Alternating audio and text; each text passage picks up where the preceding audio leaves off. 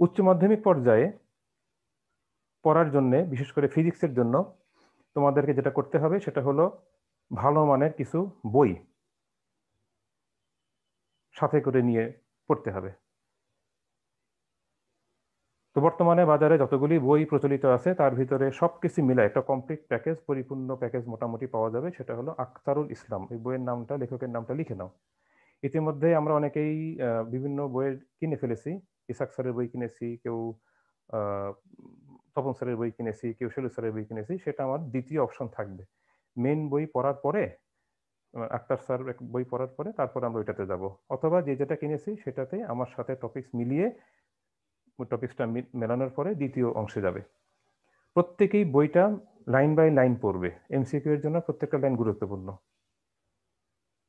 আর যখন যে টপিক্সে যেটা ইম্পর্টেন্ট অংশ থাকবে আমরা সেটা আলোচনা করে দেবো ইনশাল্লাহ। তো এখন আমরা একটু পড়ার লেখার দিকে চলে যাচ্ছি, পরে আবার সময় মতো গল্প করবো। আমি এখন স্ক্রিন শেয়ার করব, তোমরা আমার সাথে স্ক্রিনে অংশ নিবে।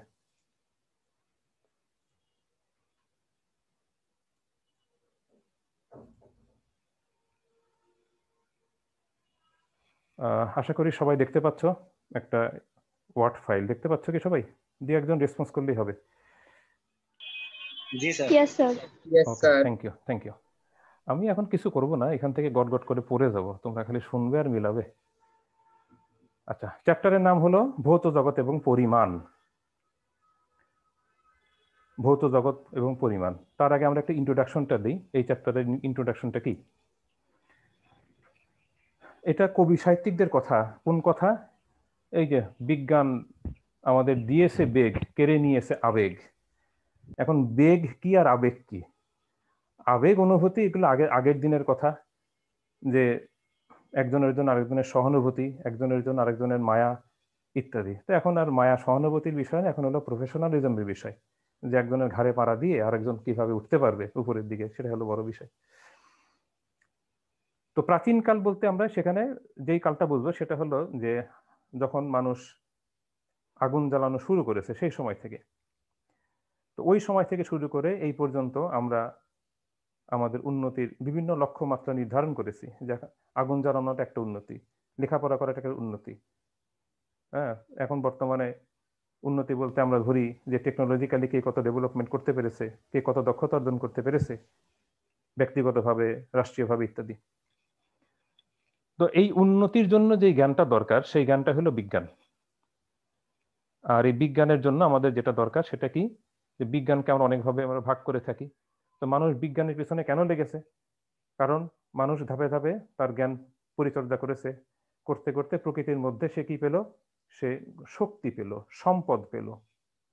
তাহলে এই শক্তি আর সম্পদ কাজে লাগানোর কারণেই, বা এটা কিভাবে কাজে লাগানো যায়, এই চিন্তা ভাবনা থেকেই তারা মূলত গবেষণা অব্যাহত রেখেছিল।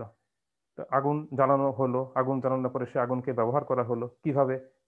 খাদ্যদ্রব্য রান্নার কাজে, ভীতিকর জন্তু জানোয়ারকে দূর করার কাজে, হ্যাঁ, ধাতব বস্তু গড়ানোর কাজে। তো মানুষের চিন্তা ভাবনা বৃদ্ধি পেতে থাকে, এইভাবে মানুষ বিভিন্নভাবে তার মেধা বিকাশ করতে থাকে। আর এই ভৌত জগৎ, যে সে ভৌত জগৎ হলো জীব এবং জড়, এদেরকে নিয়ে আমরা ভৌত জগৎ বলে থাকি। আর ভৌত জগতের সবচেয়ে বড় অংশ হলো, একটা গুরুত্বপূর্ণ শাখা হলো আমাদের পদার্থবিজ্ঞান। তো এই পদার্থবিজ্ঞানের ভৌত জগতের মধ্যে আমাদের সিলেবাসে কি কি অংশ আছে আমরা একটু দেখি। প্রথম অংশ হলো ভৌত জগতের প্রকৃতি আমরা ব্যাখ্যা করতে পারবো। দ্বিতীয় অংশ হলো ভৌত পদার্থবিজ্ঞানের যে পরিসর এবং এর উদ্দীপক অবদান আমরা ব্যাখ্যা করতে পারবো। আর পদার্থবিজ্ঞানের বিভিন্ন ধারণা, নীতি, কিছু সংজ্ঞা পদার্থবিজ্ঞান বুঝতে হলে প্রয়োজন হয়, সে সম্পর্কে আমরা ধারণা লাভ করতে পারবো ইত্যাদি। আর পদার্থবিজ্ঞান বা ফিজিক্সের সাথে জ্ঞানের যে অন্যান্য শাখা আছে, কেমিস্ট্রি আছে, রসায়ন আছে, হ্যাঁ, সমাজবিজ্ঞান আছে, দর্শন আছে, খেলাধুলা আছে, কৃষিকাজ আছে, এই সমস্ত ক্ষেত্রে ফিজিক্সের কি অবদান আছে সে সম্পর্কে আমরা ধারণা লাভ করতে পারবো। তো যাই হোক, এইভাবে আমরা এগিয়ে যাচ্ছি। এখন আমরা আসি ভৌত জগতের প্রকৃতিটা কি। প্রথমে আমরা বলেছি যে জ্ঞান কি? জ্ঞান হলো পরীক্ষা নিরীক্ষার মাধ্যমে যে সুশৃঙ্খল আমরা যে চর্চা, যে জ্ঞান আমরা লাভ করে থাকি তাকে আমরা বলে থাকি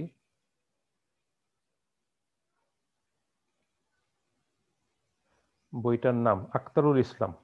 আখতারুল ইসলাম।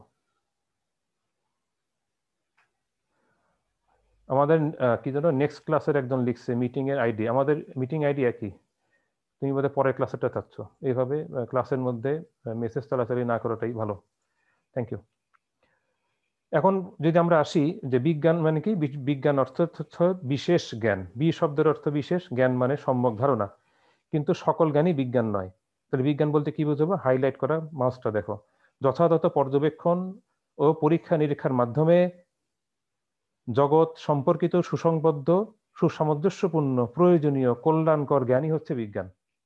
এ সমস্ত ছোট ছোট সংজ্ঞা পরীক্ষার জন্য গুরুত্বপূর্ণ। তাহলে ভৌত বিজ্ঞানেরই একটা বিশেষ অংশ হলো পদার্থবিজ্ঞান, যার ভিত্তি হলো নীতি। তাহলে পরিমাপযোগ্য যে কোনো প্রাকৃতিক রাশিকে আমরা কি বলে থাকি? রাশি বলি। দ্বিতীয় অধ্যায়ে আমরা কিন্তু আসবো যে রাশি দুই রকম, ভেক্টর রাশি, স্কেলার রাশি। তাহলে পরিমাপযোগ্য যে কোনো প্রাকৃতিক রাশিকে আমরা ভৌত রাশি বলে থাকি। আর এই সমস্ত রাশির সমন্বয়ে কি যে জগৎ গঠিত হয় তাকে আমরা জগতের প্রকৃতি বলবো, ভৌত জগতের প্রকৃতি বলবো। এখন আমরা আসবো পদার্থবিজ্ঞানের পরিসর এবং বিস্ময়কর অবদান সম্পর্কে। পদার্থবিজ্ঞান মূলত জ্ঞানের যতগুলি শাখা আছে তার মধ্যে অন্যতম প্রাচীন একটি শাখা। রসায়ন বিজ্ঞান একটা প্রাচীন শাখা, গণিত একটি প্রাচীন শাখা, ফিজিক্সও একটা প্রাচীন শাখা। আর ফিজিক্সের সাথে সম্পৃক্ত একটা শাখা হলো জ্যোতির্বিজ্ঞান, গ্রহ জগৎ নিয়ে কাজ করা। আমরা সবাই অবগত আছি সম্প্রতি যে নোবেল প্রাইজ দেওয়া হয়েছে ফিজিক্সে, একজন অন্যতম বিখ্যাত বিজ্ঞানী পেনরোজ, ডক্টর পেনরোজ, উনি এই পুরস্কারের অর্ধেকটা পেয়েছেন। সেটা কি? জ্যোতির্বিজ্ঞানেরই একটা অংশ, ব্ল্যাক হোল সম্পর্কে সম্যক ধারণা দেওয়ার জন্য। এই সম্পর্কে তোমাদের দ্বিতীয় পত্রে 10ম অধ্যায়ে বিস্তারিত আলোচনা থাকবে। আচ্ছা, আমরা এখন আসি পদার্থের মূল আলোচ্য বিষয় কি? পদার্থ এবং শক্তি পদার্থবিজ্ঞানে। তাহলে পদার্থবিজ্ঞানে কি হয় যে পদার্থ, শক্তি, তাদের ভৌত ধর্ম, প্রকৃতি, পারস্পরিক তাদের সম্পর্ক, পারস্পরিক রূপান্তর, এদের ব্যবহার ইত্যাদি নিয়ে যেখানে আলোচনা করা হয় তাকে আমরা পদার্থবিজ্ঞান বলি। তাহলে এক কথায় এই বোল্ড লেখায় কি বলা হয়েছে? পদার্থবিজ্ঞান হচ্ছে প্রকৃতি বিজ্ঞানের সেই শাখা যেই শাখায় পদার্থ, শক্তি, এদের ধর্ম, প্রকৃতি, এদের পারস্পরিক সম্পর্ক ও রূপান্তর এবং এদের ব্যবহার নিয়ে আলোচনা করা হয়, তাকে আমরা পদার্থবিজ্ঞান বলছি। এক কথায় কি বলা যাবে? পদার্থ এবং শক্তির অন্তর্নিহিত দর্শন মানে মিথস্ক্রিয়া, তাকে আমরা পদার্থবিজ্ঞান বলে থাকি। পদার্থবিজ্ঞান ইন্টারেস্টিং কাদের জন্য? যারা একটু অনুসিদ্ধস্য মন থাকে, জানার আগ্রহ তাদের বেশি, মনের মধ্যে প্রশ্ন উদয় হয়, তাদের জন্য পদার্থবিজ্ঞান। কেন পদার্থবিজ্ঞান? কারণ হলো এই যেখানে লেখা আছে যে মাঝে মাঝে আমাদের মনের মধ্যে কিছু প্রশ্নের উত্তর আমরা খুঁজি, যে আকাশ কেন নীল হলো, এটার উত্তর ফিজিক্স দিতে পারবে। সূর্য উদয়ের সময়, সূর্যাস্তের সময় আকাশ লাল কেন দেখাচ্ছে, এটার উত্তর ফিজিক্স দিতে পারবে। সামনে শীতকাল আসতেছে, শীতকালে আমাদের ঠোঁট ফাটবে, কারোর চোয়াল ফাটবে, কারোর পায়ের গোড়ালি ফাটবে, কেন ফাটবে তার উত্তর ফিজিক্সের মধ্যে আছে। আকাশে মেঘ জমে, বর্ষাকাল প্রায় শেষের দিকে, তো মেঘের বিভিন্ন রং হয়, কখনো কালো কুচকুচা মেঘ হয়, কখনো সাদা সাদা ছোপ ছোপ মেঘ হয়, কখনো সাদা দুধ সাদা মেঘ হয়। তো এই মেঘের বিভিন্ন রং হয় কেন? কোন মেঘে বৃষ্টি হতে পারে, কোন মেঘ শুধু মানে উষ্ণতা সরাবে, বৃষ্টি হবে না কিন্তু গরমকাল বাড়াবে, গরম বৃদ্ধি করবে ইত্যাদি, এই সমস্ত উত্তর একমাত্র ফিজিক্সই দিতে পারবে, যেটাকে আমরা বলে থাকি তোমার হলো পরিবেশগত বিদ্যা, আবহাওয়া বিদ্যা। এছাড়াও ফিজিক্সের মাধ্যমে চিকিৎসা বিজ্ঞানের উন্নতি হয়েছে। রেডিওলজি আমরা করি, এমআরআই করি, সবই ফিজিক্সের অবদান। প্রকৌশল বিশ্ববিদ্যালয়ের বেসিক্স, যেই ইঞ্জিনিয়ারিং পড়তে যাও না কেন তাকে 2 বছর ম্যান্ডেটরি ফিজিক্স পড়তে হবে। জ্যোতির্বিজ্ঞান, অ্যাস্ট্রোলজি নিয়ে কাজ করতে যাও, তুমি মনোবিজ্ঞান, সাইকোলজি নিয়ে কাজ করতে যাও, সবখানেই ফিজিক্সের বিতরণ আছে। তো বোঝার সুবিধার জন্য, আলোচনার সুবিধার জন্য, লেখাপড়ার সুবিধার জন্য ফিজিক্সকে আমরা কয়েকটা ভাগে ভাগ করে থাকি। বিভিন্ন শাখা আছে, সেকশন আছে। যেমন সাধারণ পদার্থবিজ্ঞান, এটা হলো জেনারেল ফিজিক্স নিয়ে আমরা আলোচনা করি, যে বল, গতি, নিউটনের সূত্র ইত্যাদি। এরপরে তাপবিজ্ঞান আছে, শব্দ বিজ্ঞান আছে, আলোক বিজ্ঞান আছে, লাইট নিয়ে কাজ করা হয়, চুম্বক বিজ্ঞান, ম্যাগনেট নিয়ে কাজ করা হয়, তড়িৎ বিজ্ঞান, ইলেকট্রিসিটির যাবতীয় হিসাব নিকাশ, যাবতীয় কার্যক্রম, সার্কিট, বাসাবাড়ি নিরাপদ থাকবে কিভাবে ইত্যাদি। পারমাণবিক পদার্থবিজ্ঞান, পারমাণবিক চুল্লির কাজ আমাদের রূপপুরে চলছে, তার সাথে সম্পর্কিত বিজ্ঞান এই পারমাণবিক পদার্থবিজ্ঞান। এর বাইরে ইলেকট্রনিক্স নিয়ে আলাদা একটা সেকশন আছে, যে এখন আমরা বাসাবাড়ির ফ্যান লাইট বাদ দিয়ে আমাদের দৈনন্দিন জীবনে যা কিছু ব্যবহার করি সবই ইলেকট্রনিক্সের, বেশিরভাগই ইলেকট্রনিক্সের ব্যবহার। মোবাইল ফোন ব্যবহার করব, তার বেসিক হলো ট্রানজিস্টর। ট্রানজিস্টর ইলেকট্রনিক্সের একটা আবিষ্কার। ল্যাপটপ ব্যবহার করতেছি বা ওয়াইফাই রাউটার ব্যবহার করতেছি অথবা যে কিছু ইলেকট্রনিক যন্ত্র ব্যবহার করতেছি, ইন্টারনেট ভিত্তিক যাই ব্যবহার করি না কেন, সবই কি, সবই ইলেকট্রনিক্সের অবদান। আর ইলেকট্রনিক্সের একটু বেসিক হলো সলিড স্টেট ফিজিক্স। আর কোয়ান্টাম মেকানিক্স সম্পর্কে আমরা নাম শুনেছি, চোখে দেখিনি, সেটা হলো কোয়ান্টাম মেকানিক্স। মানে অদেখা বস্তুর গতিবিদ্যা হলো কোয়ান্টাম মেকানিক্স। অ্যাস্ট্রোলজি, বর্তমানে অ্যাস্ট্রোলজি নিয়ে প্রচুর কাজ চলছে, তোমাদের সামনে নোবেল প্রাইজের বিশাল সুযোগ রয়ে গেছে, তোমরা আরেকটু অ্যাডভান্স হবে। আর লাস্টে হলো মেকানিক্স, বলবিজ্ঞান। আমরা মূলত ইন্টারমিডিয়েট পর্যায়ে এই বলবিজ্ঞান, তাপবিজ্ঞান, শব্দবিজ্ঞান, আলোক বিজ্ঞান নিয়ে কিছু কথাবার্তা বলে থাকি। তো এখন আমরা দেখব যে পদার্থবিজ্ঞানের বিস্ময়কর অবদান কি কি ছিল। যেহেতু ফিজিক্সের যে উন্নতি, সেই উন্নতিটা একদিনে হয়নি, ধাপে ধাপে হয়েছে। সেই আগুন জ্বালানোর কাল থেকে শুরু করে এই পর্যন্ত আমরা যে উন্নতি করেছি, ডেভেলপমেন্ট করেছি, সেটা তো একদিনে হয়নি। এর পিছনে অসংখ্য বিজ্ঞানীদের অক্লান্ত পরিশ্রম, তাদের সাধনা, তাদের সৃষ্টিশীলতা, তাদের মেহনত এখানে জড়িত আছে। আর তারা এই কাজগুলা নিজের জন্য করেন নাই, এই কাজগুলি তারা সকল মানব জাতির কল্যাণের জন্য করেছেন। এই কারণে আমরা পদার্থবিজ্ঞানের যে অবদান, সেই অবদানগুলিকে আমরা কয়েকটা যুগে ভাগ করে নিব, সেই ভাগ অনুসারে আমরা আলোচনা করব। প্রথমে আমরা দেখব প্রাচীনকালে পদার্থবিজ্ঞানের বিকাশ। প্রাচীনকাল বলতে খ্রিস্টপূর্ব কাল বোঝাবে, মানে মূলত গ্রিক বিজ্ঞানীদের অবদান সম্পর্কে এখানে আমরা আলোচনা করছি। প্রাচীন গ্রিকে খ্রিস্টপূর্ব এই সালগুলি এমসিকিউ এর জন্য গুরুত্বপূর্ণ, বিশেষ করে যারা মেডিকেল ভর্তি পরীক্ষার জন্য আগ্রহী তাদের জন্য এটা গুরুত্বপূর্ণ। কোন সাল, কোন বিজ্ঞানী, কোন দেশের বিজ্ঞানী, এগুলো তারা খুব পছন্দ করে।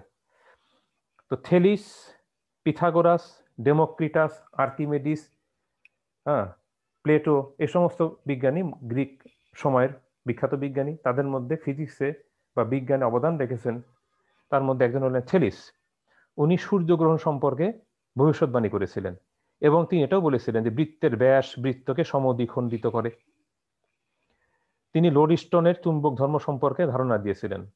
পিথাগোরাস একজন বিখ্যাত বিজ্ঞানী, আমরা এসএসসি তো ব্যবহার করেছি, একটা সমকোণী ত্রিভুজের জন্য পিথাগোরাসের উপপাদ্য ব্যবহার করেছি যে অতিভুজ স্কয়ার সমান সমান ভূমি স্কয়ার যোগ লম্ব স্কয়ার। এছাড়াও উনি গণিতে, ধর্মে, ভেষজ বিজ্ঞানে, শরীর, আত্মা, মন সবকিছুকেই গাণিতিক সূত্রের সাহায্যে প্রকাশ করতে চেয়েছিলেন। তিনি প্রথম আগুন, পানি, মাটি, বায়ু, আগুন, পানি, মাটি, বায়ু, এই চারটি মৌলের ধারণা দিয়েছিলেন। মানে আমাদের যত জীবজগৎ আছে এই সমস্ত জীবজগতই এই চারটা উপাদানের সমন্বয়ে গঠিত, এ সম্পর্কে ধারণা উনি দিয়েছিলেন। এর বাইরেও বাদ্যযন্ত্র নিয়েও তার আগ্রহ ছিল। বর্তমানে আমরা যে বাদ্যযন্ত্র ব্যবহার করি সঙ্গীতে, এই সঙ্গীত বিষয়ক তার যে স্কেল আছে, সেই স্কেলে তার তারের কম্পনের গবেষণার অনেক অবদান ছিল। এর বাইরেও বিজ্ঞানী অ্যারিস্টার্কাস, উনি প্রথম প্রস্তাব করেন যে সূর্যকে কেন্দ্র করে গ্রহ নক্ষত্রগুলি আবর্তিত হচ্ছে, পৃথিবী সহ অন্যান্য গ্রহ। কিন্তু উনার ফেমাসনেস, উনার যে খ্যাতি, সেই খ্যাতিটা প্লেটো বা অ্যারিস্টটলের মতো অতটা প্রভাবশালী ছিল না, যার জন্য তার এই সঠিক তথ্যটি সে সময় হালে পানি পায়নি। তাহলে ওই সময় অ্যারিস্টটল বা অন্যরা তারা চিন্তা করতেন যে পৃথিবী, যেহেতু পৃথিবীতে বাস করছি আমরা এলিট শ্রেণী, আমাদেরকে কেন্দ্র করে সূর্য, নক্ষত্র, অন্য কিছু ঘুরতেছে। মানে সৌরজগৎটা হলো আমাদের কেন্দ্রিক, পৃথিবী কেন্দ্রিক। তো এই মতের বিরুদ্ধে উনি কথা বলেছিলেন, যার কারণে তার এই মতামতটি গ্রহণ করা হয়নি। পরবর্তীতে আমরা দেখেছি কেপলার বা কোপার্নিকাস, ওনারা এটাকে পরীক্ষার মাধ্যমে প্রতিষ্ঠিত করেছিলেন। বিজ্ঞানী আর্কিমিডিস আরেকজন গ্রিক বিজ্ঞানী, বিখ্যাত বিজ্ঞানী। এনার কিসসা আমরা সবাই জানি, ছোটবেলায় শুনেছি, যে রাজার মুকুটের ভেজাল পরিমাপ করতে গিয়ে উনি ঊর্ধ্বমুখী বলের, ক্রিয়াশীল বলের সূত্র আবিষ্কার করেন, যেটা দিয়ে উনি ভেজাল নির্ণয় করতে সমর্থ হন। তো এটার একটা হাস্যকর ঘটনাও আছে, যেহেতু বিজ্ঞানী মানুষ, যেহেতু একটা সূত্র পেয়েই গিয়েছেন, এখন সেই সূত্র কাজে লাগাতে হবে, তো যদি ভুলে যায়, এজন্য বাথটাবে শুয়ে উনি দেখলেন যে আমি যখন শুয়ে থাকছি তখন আমার সম আয়তনের পানি বাথটাব থেকে চলে যাচ্ছে। তাহলে যে পরিমাণ পানি চলে গেল, বাথটাব থেকে পড়ে গেল, ওই পরিমাণ পানির আয়তন কতটুকু হবে, আমার যে আয়তন সেই আয়তন। এখান থেকে উনি ঊর্ধ্বমুখী বলের আবিষ্কার করেন। তরলের মধ্যে একটা বস্তুকে চুবাইলে পরে সে যেই বলটা অনুভব করে। তো এই আবিষ্কার নিয়ে উনি সেই গোসলখানা থেকে দৌড়ায় চলে গেছেন, কাপড় পরার কথা তার মনে ছিল না। তো যাই হোক, এরপরে আমরা আসবো গ্রিক বিজ্ঞানীদের পরে একটা লম্বা সময় কোনো আবিষ্কার হয়নি। হ্যাঁ, খ্রিস্টপূর্ব পরে মানে ওই সময় আর কোনো আবিষ্কার হয়নি, কোনো বৈজ্ঞানিক কোনো গবেষণা ছিল না। শতাব্দীর পর শতাব্দী ধীরে সুস্থে কিছু বিজ্ঞানের আবিষ্কার হয়, উল্লেখযোগ্য তেমন কিছু ছিল না, রেকর্ড নেই। এই জন্য এই সময়কে দেখো আমি লিখে রেখেছি, এই সময়কে বিজ্ঞানের বন্ধ্যাকাল বলা হয়। বন্ধ্যা মানে ওই সময় কোনো প্রোডাকশন নেই। এরপরে 751 সাল থেকে মূলত বিজ্ঞানের নতুন করে চর্চা শুরু হয়, মুসলমানরা চর্চা করেন। তাহলে এখন আমরা আলোচনা করব ভৌত বিজ্ঞানের বিকাশে মুসলিম বিজ্ঞানীদের কি কি অবদান ছিল সে সম্পর্কে। তো এই জন্য 701 থেকে 1550 সাল পর্যন্ত যেই জ্ঞান চর্চার সময়কাল, সেই সময়কালে আমরা বলি বিজ্ঞানের মুসলিম যুগ বলি। তো মুসলিম বিজ্ঞানীদের মধ্যে অনেকেই বিখ্যাত আছেন, জাবির ইবনে হাইয়ান, ইবনে সিনা, আল রাজি, আল হাজেন ইত্যাদি। আর মুসলমান বিজ্ঞানীদের কেন যেন একটা আকর্ষণ ছিল স্বর্ণের প্রতি। এখনো আরব দেশে তারা স্বর্ণকে অনেক দৈনন্দিন কাজে, বাথরুমেও দেখা যায় ফ্ল্যাশ মানে কমোড বানাচ্ছে স্বর্ণের। স্বর্ণের প্রতি আরবদের একটা আলাদা আগ্রহ আছে। তো এই স্বর্ণ নিয়ে তারা কাজ করছেন এবং মূলত রসায়ন আর জ্যোতির্বিজ্ঞানে বিজ্ঞানীদের অবদান বেশি ছিল আরব বিজ্ঞানীদের, মুসলিম বিজ্ঞানীদের। রসায়ন এবং জ্যোতির্বিজ্ঞান। রসায়নের থেকে তারা কেন রসায়নে তারা মানে উৎসাহী হলেন, যে কোনো ধাতুকে গলিয়ে, ওই যে পরশ পাথর নামে একটা অলিক ধারণার পিছনে তারা ছুটেছিলেন, যে কোনো একটা এমন একটা পাথর তৈরি করব, এমন একটা বস্তু তৈরি করব যেই বস্তুর ছোঁয়াতে অন্য যে কোনো ধাতুই স্বর্ণে পরিণত হবে। বাসার হাড়ি কুড়ি লোহা বটি যা যা আছে সব স্বর্ণ হয়ে যাবে, তাহলে আর স্বর্ণের কোনো অভাব থাকবে না। এই চিন্তা করে তারা ওইটার পেছনে কাজ করে এবং রসায়ন বিজ্ঞানে তারা প্রচুর অগ্রগামী হয়। এই কারণে রসায়নকে আরবিতে বলা হয় আলকেমি, আর ওখান থেকেই আমাদের কেমিস্ট্রি শব্দটির নামের উদ্ভব হয়েছে। তো ইবনে সিনা উনি এই কেমিস্ট্রি বা রসায়ন এবং চিকিৎসা বিজ্ঞানের ব্যাপক উন্নতি সাধন করেন। এর বাইরে রসায়নের সাথে সম্পৃক্ত পরিশ্রাবণ, পাতন, ঊর্ধ্বপাতন ইত্যাদি যে প্র্যাকটিক্যাল ওয়ার্ক, এই ওয়ার্কগুলি তাদের আমলেই ব্যাপক পরিপূর্ণতা পায় এবং তারা চিকিৎসা শাস্ত্রেও তাদের এই রসায়ন বিদ্যার প্রয়োগ তারা ঘটান। এর বাইরে আল খারিজমি উনি একজন বিখ্যাত আরবিক গণিতবিদ। উনি অ্যালজেব্রা নিয়ে কাজ করেন। ওনার সেই একটা বিখ্যাত গ্রন্থ আছে, সেই গ্রন্থের নাম হলো আল জিবর ওয়াল মোকাবেলা। এইখান থেকে অ্যালজেব্রা নামটি এসেছে। ওনার এই অ্যালজেব্রা থেকেই ইউরোপিয়ানরা মানে অ্যালজেব্রা বিজ্ঞানে তারা ব্যাপক উপকৃত হয়। জ্যোতির্বিজ্ঞানে ছিলেন আল বেরুনি, ছিলেন আল ফারাদি ছিলেন। ওনারা জ্যোতির্বিজ্ঞানকে গবেষণা করার জন্য দেখো দুইটা যন্ত্র আবিষ্কার করেন, একটা হলো অ্যাস্ট্রোল্যাব আর একটা হলো সেক্সট্যান্ট। জ্যোতির্বিজ্ঞানের গ্রহ নক্ষত্রের গতি প্রকৃতি, কোনটা কত দিকে কত কোণে সরছে, তা কার প্রাবল্য কত, কার কত সময় লাগতেছে, কত কোণে সরছে ইত্যাদি সম্পর্কে তারা প্রচুর গবেষণা করেন। তাহলে এই যন্ত্রগুলি ওনারা আবিষ্কার করেন। এরপরে শেষে যে বিজ্ঞানী আল মাসুদি, উনি প্রকৃত ইতিহাস বিষয়ে একটা এনসাইক্লোপিডিয়া লেখেন এবং উনি বায়ুকল সম্পর্কে ধারণা দেন, উইন্ড মিল সম্পর্কে ধারণা দেন। আমাদের দেশের চট্টগ্রাম সেন্ট মার্টিন এলাকার দিকে, এছাড়াও পৃথিবীর বিভিন্ন দেশে বড় বড় যে উইন্ড মিলগুলি তৈরি হয় তার মূলনীতি যে বিজ্ঞানী দিয়েছিলেন তিনি হলেন আল মাসুদি। এরপরে আমাদের ভারতীয় উপমহাদেশের কিছু বিজ্ঞানী ছিলেন যারা খ্রিস্টপূর্ব সময়কালের বিজ্ঞানী, ওনারা বিজ্ঞানে ব্যাপক অবদান রাখেন।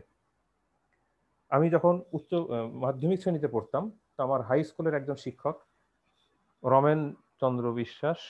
রমেন্দ্রনাথ বিশ্বাস, ওই স্যার বলতেন যে আমরা যখন জ্ঞান চর্চা করি ইউরোপিয়ানরা তখনও জঙ্গলে বাথরুম করত। আসলে এটাই, ভারত উপমহাদেশে জ্ঞান চর্চা ইউরোপিয়ানদের অনেক আগে থেকেই। তো ভারতীয় উপমহাদেশের কিছু বিখ্যাত বিজ্ঞানী আছেন, একজন হলো কনাদ, একজন আর্যভট্ট, একজন বরাহ মিহির, ব্রহ্মগুপ্ত, ভট্টাচার্য, মহাবীর ইত্যাদি। কনাদের কি অবদান? বিজ্ঞানী কনাদ উনি বলেন যে পদার্থের ক্ষুদ্রতম কণার নাম হলো পরমাণু। আর্যভট্ট উনি গণিতে অবদান রাখেন। তিনি গণিত প্রমাণের জন্য যোগফল এই ধারণা দেন, দ্বিঘাত সমীকরণের চেষ্টা করেন, সূর্যের চারিদিকে গ্রহগুলোর গতিপথ যে উপবৃত্তাকার গতি সেটাও তারা জানতেন, কিন্তু সেটাকে আমরা এখন নাম দিয়েছি কেপলারের সূত্র, অথচ হওয়ার কথা ছিল আর্যভট্টের। বিজ্ঞানী মহাবীর সিদ্ধান্ত নামে একটা জ্যোতির্বিদ্যা বিষয়ক কাজ তিনি তুলে ধরেন। এছাড়া যোগ বিয়োগ কাজ, ভাগের কাজ এবং শূন্যের ব্যবহার আলোচনা করেন। যদি এমসিকিউতে আসে শূন্যের ব্যবহার কোন বিজ্ঞানীর অবদান, বিজ্ঞানী মহাবীরের অবদান। বিজ্ঞানী ভাস্কর আচার্য উনি প্রথম পৃথিবীর ব্যাস নির্ণয় করতে সমর্থ হন এবং তার গণনায় ব্যাস পাওয়া গিয়েছিল ৭,১৮২ মাইল। গণিত চর্চা করে নিশ্চয়ই উত্তর দক্ষিণ পূর্ব মানে বরাবর বা পূব পশ্চিম বরাবর উনি ট্রাভেল করে এই ব্যাস রশি দিয়ে মাপে নাই, গণিত ব্যবহার করে করেছেন। এবং উনি ওই ব্যাস নির্ণয় করতে গিয়ে পাইয়ের ধারণা নিয়ে আসেন এবং পাই সমান সমান 22/7 22/7 এই ধারণা উনার দেওয়া। তো ক্যালকুলেটরে চাপ দিয়ে দেখো 22/7 এটি ইজ ইকুয়ালস টু 3.1416 এরকম বেশ কিছু মান আমরা পাই, কিন্তু উনি পেয়েছিলেন কত, 22/7 চাপলে পরে আসবে 3.1623 ইত্যাদি ইত্যাদি।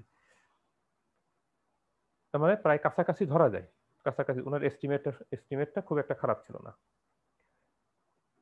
আরব বিজ্ঞানীদের কাজ কারবার যখন শেষ হইল, মানুষ যখন ভোগ বিলাসে মত্ত হয়ে গেল, আর জ্ঞান চর্চা বন্ধ হয়ে গেল। বন্ধ হওয়ার কারণে সেই জ্ঞান ঘুরে ফিরে, জ্ঞান তো আর এক জায়গায় স্থির থাকে না, জ্ঞান চর্চা চলতেই থাকে। তো সেই জ্ঞান চলে আসলো ইউরোপে, ওরা তখন জঙ্গল থেকে শহরে আসা শুরু করলো। তো ত্রয়োদশ শতাব্দীর পূর্ব পর্যন্ত ইউরোপে জ্ঞান বিজ্ঞানের কোনো সূচনা হয়নি। মুসলিমদের যেই জ্ঞান, সেই জ্ঞান সম্পর্কে তারা গবেষণা করতে শুরু করলো, গবেষণা করে তারা কাজ করতে লাগলো। এর মধ্যে দুইজন বিজ্ঞানী নাম পাওয়া যায়, ম্যাগনাস এবং রজার বেকন। দুইজনের দুইটা কনসেপ্ট। ম্যাগনাস কি বলতেন, ওনার ধারণা হলো যে যা শুনবা তাই বিশ্বাস করবে না, যথার্থ কারণ অনুসন্ধান করে তারপর সেই কথা বিশ্বাস করতে হবে। তাহলে এটাও কি একটা সায়েন্স গন্ধ লাগে। আর রজার বেকন কি বলেছেন, যে তার মতে পরীক্ষা এবং পর্যবেক্ষণের মাধ্যমেই বিজ্ঞানের সব সত্যতা যাচাই করা উচিত। কথা একই হলো, যে অন্ধ আনুগত্য আমরা করব না, যাচাই বাছাই করে নিয়ে তারপরে কোনো কথাকে বিশ্বাস করব। এই কারণে বোধহয় ফেসবুক আর হলো টুইটার, তারা গুজব ছড়ানোর যে মাধ্যম একটা ছিল, তারা সেখান থেকে বের হয়ে আসতে যাচ্ছে।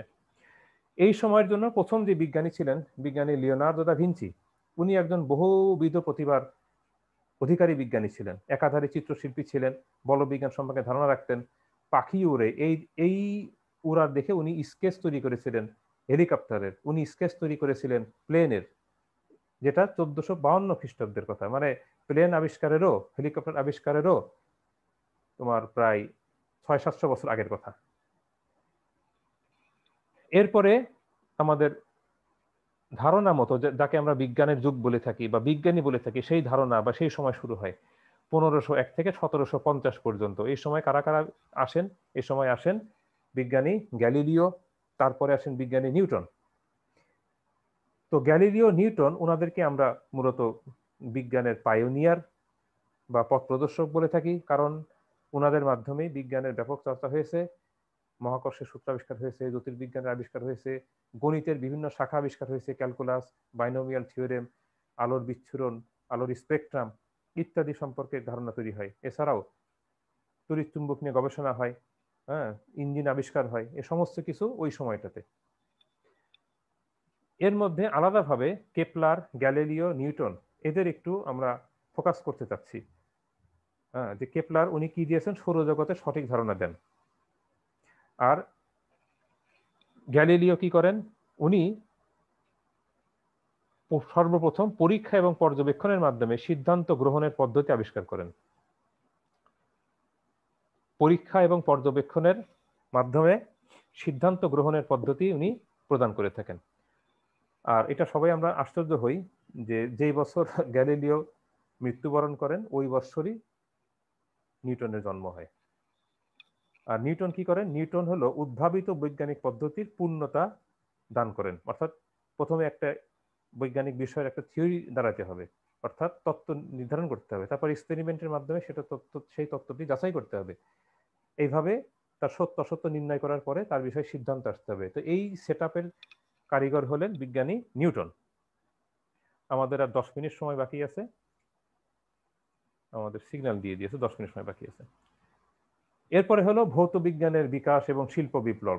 আমরা এখানে একটু দ্রুত টেনে যাব। 1751 থেকে 1890 পর্যন্ত এই সময়টাকে বলা হয় ক্লাসিক্যাল যুগ, মানে চরম উন্নতি সাধিত হয়। এই সময় কি কি উন্নতি হয়? বিজ্ঞানী ভোল্টা, ওয়েরস্টেড, ফ্যারাডে, অ্যাম্পিয়ার, ওম, ম্যাক্সওয়েল এই সমস্ত বিজ্ঞানীদের দ্বারা তড়িৎ, চুম্বক, তড়িৎ চুম্বক ইত্যাদি সম্পর্কে ব্যাপক উন্নতি হয়। রোদ আবিষ্কার হয়, কারেন্টের আবিষ্কার হয়, তাদের ব্যবহার হয়, বাতি আবিষ্কার হয়। ফলে কি হয়? ইন্ডাস্ট্রি তৈরি হয়। এই ইন্ডাস্ট্রির কারণে ইউরোপ আমেরিকাতে ব্যাপক অর্থনৈতিক বিপ্লবের সূচনা হয়, ইঞ্জিন আবিষ্কার হয়। ক্লাসিক্যাল যুগের পরে আমরা আসবো হলো মডার্ন ফিজিক্সের যুগ, যেটাকে আমরা বলে থাকি আধুনিক বিজ্ঞানের উদ্ভব, মানে 1890 সাল থেকে মূলত। এটা শুরুটা হয় বিজ্ঞানী ক্রুকের ক্যাথোড রে আবিষ্কারের মাধ্যমে। এরপরে রনজেন, উনি অ্যাক্সিডেন্টালি একটা এক্স রে তৈরি করেন, যেই এক্স রে আবিষ্কারের কারণে ওনাকে নোবেল প্রাইজ দেওয়া হয়, এবং উনি ফিজিক্সের প্রথম, পদার্থবিজ্ঞানের প্রথম নোবেল প্রাইজ হোল্ডার। এরপর থেকে আবিষ্কার চলছে। ম্যাক্স প্ল্যাঙ্কের কোয়ান্টাম মেকানিক্স আবিষ্কার হলো, তড়িৎচুম্বকীয় বিকিরণের জন্য কোয়ান্টাম তত্ত্ব আবিষ্কার করেন। আইনস্টাইনের আপেক্ষিক তত্ত্ব, আইনস্টাইনের আলোক তড়িৎ ক্রিয়া। এরপরে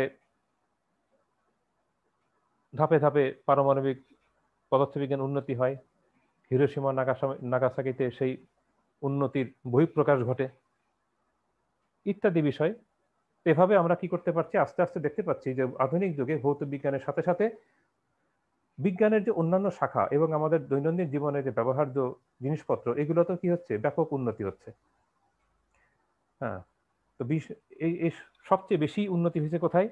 টেপ রেকর্ডারে, ক্যাসেটে, ভিসিডিতে, কম্পিউটারে, বর্তমান সময়ের মোবাইল, টেলিকমিউনিকেশন, 4G থেকে 5G ইত্যাদি বিষয়ে ব্যাপক উন্নতি হচ্ছে। আর আকাশ ভ্রমণ, মহাকাশ ভ্রমণ, মহাকাশে বসবাসের ইচ্ছা, মহাকাশে কিছু পাগল শ্রেণীর লোক তারা সেখানে জায়গা জমিও কিনতেছে দুনিয়াতে বসে থেকে। তো সবই কি? বিজ্ঞানের অবদান, মূলত পদার্থবিজ্ঞানের অবদান। তো এরপরে আমরা আজকে ক্লাসটা শেষ করব। তার আগে আমরা বলে নিচ্ছি, তোমাদের কাজ হবে আগামীতে দু একজনকে জিজ্ঞেস করতে পারি, যেমন রেদওয়ান, 191 ক্লাস রোল, শোভা, মেহেদি, যদি তোমরা থাকো আগামী দিনে, তো কিছু কিছু বিজ্ঞানীর অবদান সম্পর্কে প্রাচীনকাল থেকে শুরু করে বর্তমান কাল পর্যন্ত দুই একজন বিজ্ঞানীর নাম উল্লেখ করে তোমাদের কাছে তাদের অবদান জানতে চাবো। এটাকে পেশার নেওয়ার কারণ নেই, একটু রিডিং করলেই হবে। আগামী দিনে আমরা আলোচনা করব পদার্থবিজ্ঞানের বুঝতে হলে পরে কয়েকটা বিষয় সম্পর্কে পরিষ্কার ধারণা লাগবে। তার মধ্যে একটা হলো ধারণা। প্রথমটাই কি? ধারণা, মানে কিছু বিষয় সম্পর্কে কমপ্লিট ধারণা বা নলেজ যদি না থাকে তাহলে আমরা ফিজিক্স গুলোকে বুঝতে পারবো না। তার মধ্যে কি আছে? ধারণা আছে, সূত্র আছে, নীতি আছে, স্বীকার্য আছে, অনুকল্প আছে, তত্ত্ব আছে।